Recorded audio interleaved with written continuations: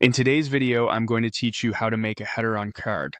A clean header gives visitors instant orientation, so we'll set up a simple, flexible structure you can style however you like.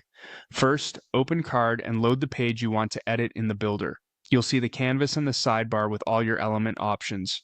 We're going to build the header as a single block so it stays organized and easy to manage. Click the plus icon to add a new element, then choose Container. Think of a container as a wrapper that holds everything in your header together, ensuring consistent spacing and alignment across desktop and mobile. In the container settings, choose Type, then select Columns. Columns let you separate your header into logical areas, commonly a left area for a site title or logo and a right area for navigation. If you want more than two areas, click Add to create additional columns. This is handy if you prefer a three-part layout like title on the left, space in the middle, and navigation on the right. When you're happy with the column count, click Done to confirm. You now have a structured header container ready for content. Next, click the plus icon again to add elements inside the header. Choose Buttons.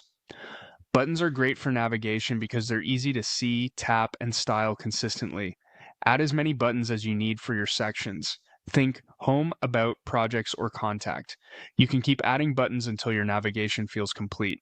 Now, arrange everything. Click and drag your new elements into the container, placing them in the column you want. Drop your site title or logo area into the left column, and drag your button group into the right column.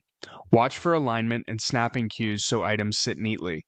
You can reorder buttons by dragging, and adjust spacing inside the container later to tighten or loosen the layout. That's your header framework in place. A columns-based container with navigational buttons ready for styling and linking as you continue building your site.